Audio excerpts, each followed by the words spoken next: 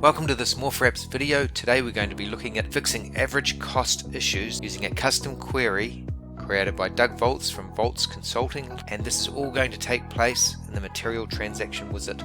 In the first part of this video, I'll show you how you need a custom query to pull back the invalid items. We've got the SQL for our query, so we simply go into Manage Queries, we create our query. Here's the SQL that Doug provided. This query provides a whole lot of information to pull back invalid items. Now let's look at downloading the item data. To start with, we'll put some defaults in, like the default account, cost group as well. That means you don't have to enter the data into the sheet, it'll automatically populate that for you. And across here you can see the cost elements section. The first thing we'll do is put an organization in, and then we'll simply go to custom query and choose download from sheet, and this will use Doug's query make by update, and it will download all the items with a problem for the M3 organization. As you can see, there's quite a few records. It's giving us the different reasons. We want to reduce that criteria. In this case, we want to really tighten up what we're looking at. We're going to look at make items, don't have a BOM. And again, we choose that same query. And now we've got 149 records that need to be looked at. And as you can see, the no flags are set there. We've also got one there with the sourcing rule set to yes. Now let's look at how we can use that download data to create accurate data for our item cost elements.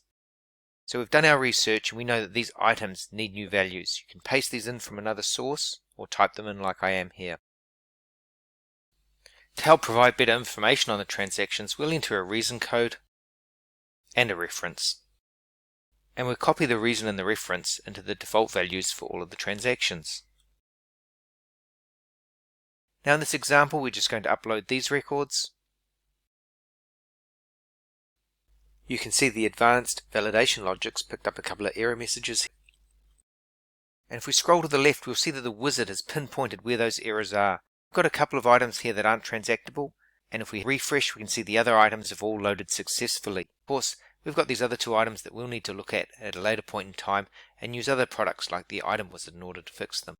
You can see it's so easy to use the Material Transaction Wizard to fix your average costs, from the advanced pre-validation logic at the upload stage to the flexible worksheet layout so you can align columns to how you want to see the data, and of course that enhanced downloading option.